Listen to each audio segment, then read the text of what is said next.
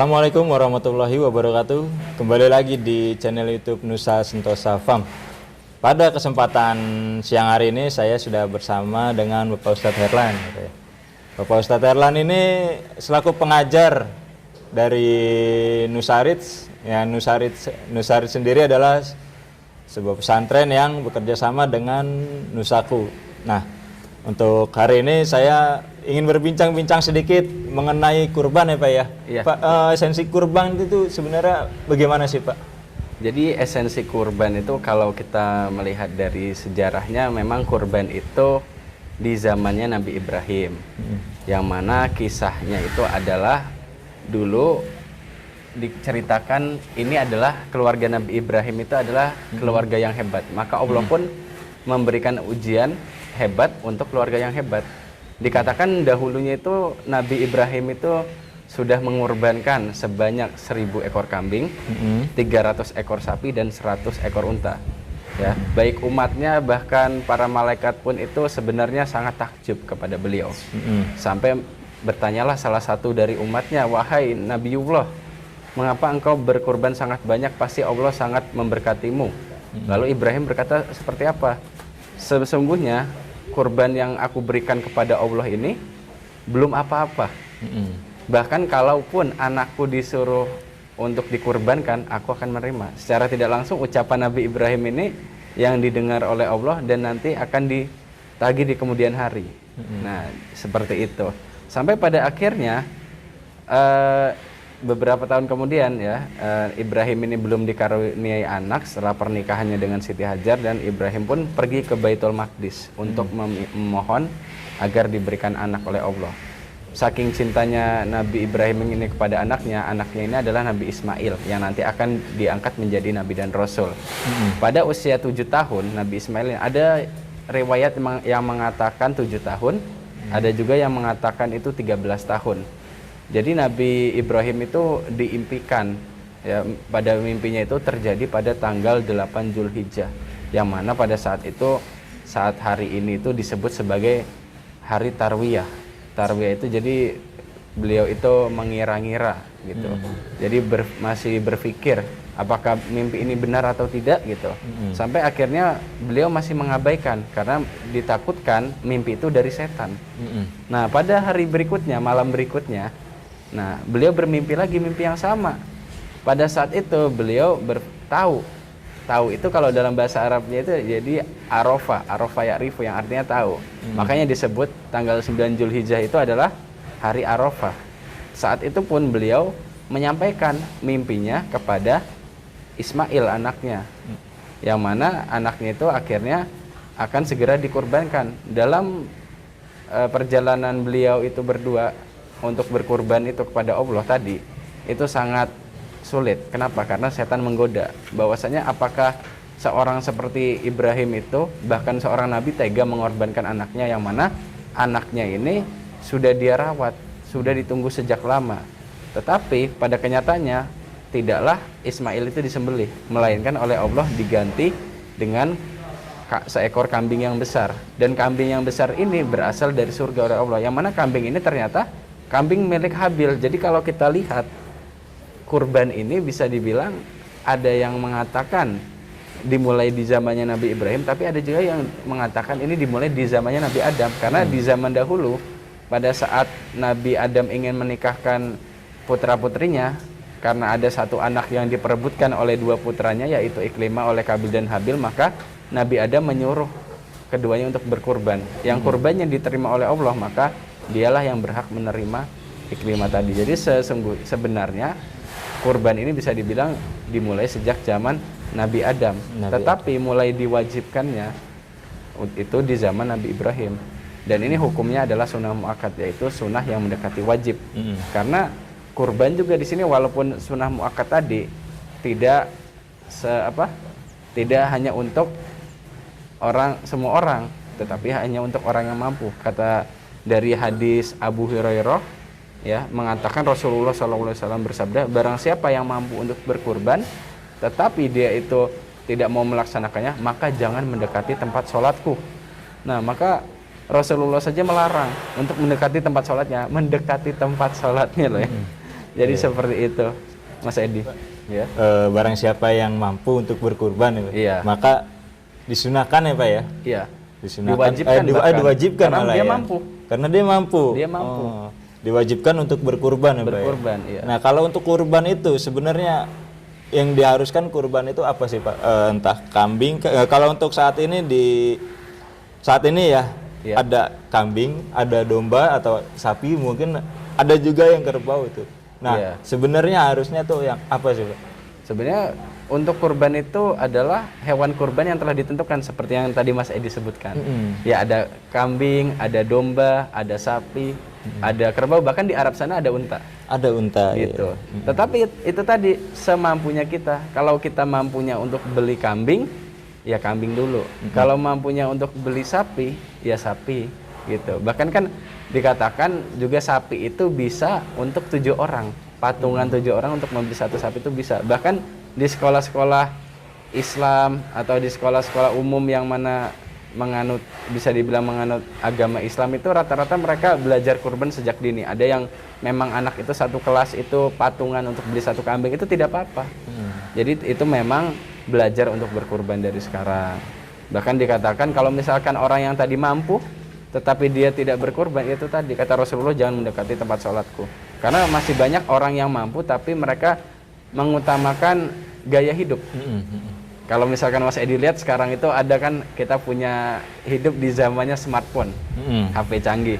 Ada itu salah satu merek handphone mungkin yang lambangnya ini buah apel. Buah apel. Ya, kita tidak sebutkan mereknya. Nah, itu kan kalau bisa dihitung harganya bisa bisa 1 unit motor, bahkan 1 unit sapi, Iya. 1 ekor sapi. 1 ekor maksudnya. sapi. Ya, karena seperti di belakang kita ini, kanan kiri kita mungkin sapinya ini banyak ya, bisa dipilih juga. Mungkin bisa jadi itu jadi pilihan. Nah, banyak orang sampai untuk gaya hidup dia mementingkan membeli smartphone tadi. Bahkan yang mana tadi sebenarnya harganya itu seperti hewan kurban tadi. Harga hewan kurban ya. Iya, bayangkan kalau misalkan smartphone itu harganya di angka 25 juta. Nah, saya dengar-dengar ini di Nusaku menyediakan atau membuka tabungan kurban nih, Mas Edi, betul? Iya, tabungan kurban, Pak. Oh, Jadi gitu. ada sedikit informasi untuk tabungan kurban sendiri, Pak. Itu jadi kayak kita tuh kayak sedikit memudahkan untuk para sohibul kurban, Pak. Terutama dari mulai yang baru belajar ingin berkurban gitu. Iya. Dan atau yang emang sudah sering berkurban, jadi biar lebih mudah ditabung gitu, Pak. Oh, begitu. Kalau boleh tahu ada hewan kurban apa aja ya, Mas? Kalau untuk di sini sih, untuk yang saat ini itu kita menyediakan domba, Pak. Domba. Terus ada juga sapi mulai dari sapi yang ekonomis, medium hingga yang premium itu, Pak. Oh, Masya Allah. Berarti siap ya kalau misalkan mau kurban di Nusaku? Siap, Pak. Insya Allah siap. Oh, gitu. Kita di sini berusaha untuk sesuai dengan akad aja. Jadi ketika sohibul kurban datang, dia ingin cari sapi, dia ingin berkurban dengan sapi bobot katakanlah 500 kilo. Nah, dia bisa pilih duluan, nanti kita pilihkan tuh, Pak, kira-kira sapi yang sampai Idul Adha itu 500 kilo itu yang mana. Oh, berarti memang menabung ya? Menabung dari sini itu artinya mempermudah. Karena kebanyakan orang itu mencari itu barang itu atau hewan kurban ini adalah mendekati Idul Adha. Mendekati Idul Adha. Oh iya, itu tadi yang saya bilang. Banyak orang termakan gaya hidup. Seperti tadi smartphone tadi dengan harga kita anggaplah mungkin di harga 25 juta. Tadi Mas Edi bilang sapi saja dimulai 19.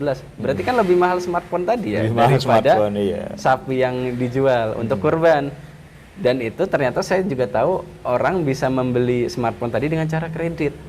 Ibarat kan berarti kita daripada kita kredit HP, lebih baik kita menabung kurban tadi. Oh iya ya. Tapi kalau yang untuk tabungan kurban kita di sini itu kita sesuaikan dengan kemampuan si sohibul kurban, Pak. Jadi kita nggak mematok harus tiap bulan harus sekian gitu, enggak. Jadi kalau misalkan untuk di bulan ini ada uang 3 juta kita terima, misalnya nanti bulan depan ternyata dia punya rezeki lebih, kita terima juga. Jadi nanti sampai sesuai dengan harga kesepakatan seperti akadnya gitu Pak.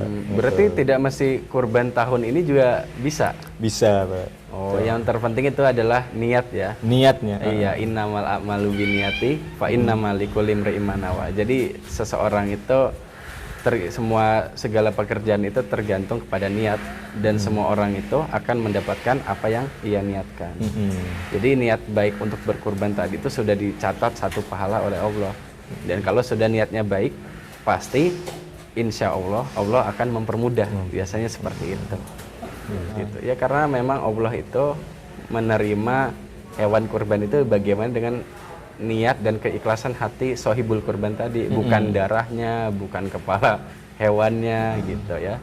Seperti itu. Alhamdulillah. Berarti mudah ya untuk kurban di Nusaku? Mudah juga Pak, untuk kurban di Nusaku. Jadi buat teman-teman yang ingin berkurban, kita masih ada waktu nih Pak, sampai kapan itu Mas? Sampai 30 Ramadan Pak. 30 Ramadan. Oh berarti sampai akhir Ramadan ini ya? Akhir Ramadan. Berarti nanti kalau sudah lewat, apakah harganya tetap atau bagaimana?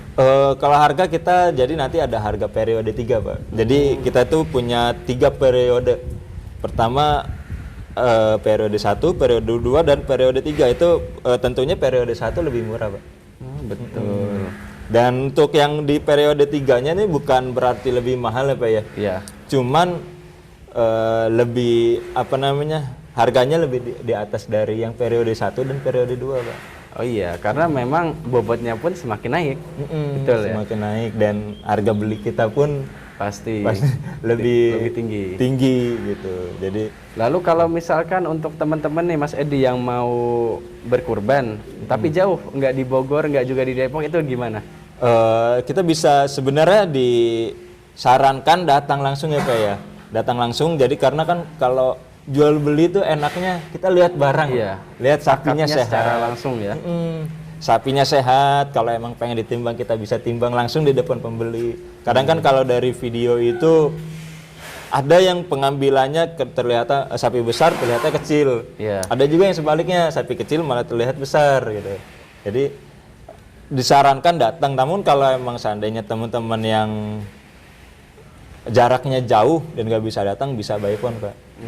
Wah, sangat mudah ya berarti di Nusaku. Masya Allah. Berarti kalau untuk teman-teman yang jauh bisa dikirim ya, nggak mesti harus ngambil sendiri. Nggak mesti harus ngambil sendiri. Untuk kirimannya bagaimana Mas Edi? Ada gratis ongkir nggak nih? Kalau untuk daerah Jabodetabek itu kita ada harga yang ditentukan itu sudah free ongkir, free perawatan sampai Idul Adha. Gitu. Nah, begitu teman-teman. Berarti khusus daerah Jabodetabek ini gratis ongkir, sudah ada perawatannya juga sampai H-1 ya? Sampai sapi itu diterima baik oleh customer. Wah, jadi nggak ada biaya apa-apa lagi. Banyak bonusnya ya berarti di Nusaku nih. Waduh, Masya Allah. Ya, seperti itu berarti ya Mas Edi ya. Terima kasih. Ini juga kita bincang-bincang siang ini mengenai solusi kurban di Nusaku. Seperti itu salah satu sejarahnya yang mungkin ya kita harus dalami lagi. Semoga apa yang kita bicarakan, kita obrolkan siang ini bermanfaat untuk kita semua. Amin. Dan juga untuk para penonton ya, penonton channel Nusaku Farm ini. Terima kasih Pak untuk penjelasannya mengenai hewan kurban gitu. Dari sedikit penjelasan dari Pak Ustadz Herlan mengenai hewan kurban. Jadi terima kasih sudah menonton. Wassalamualaikum warahmatullahi wabarakatuh. Waalaikumsalam warahmatullahi wabarakatuh.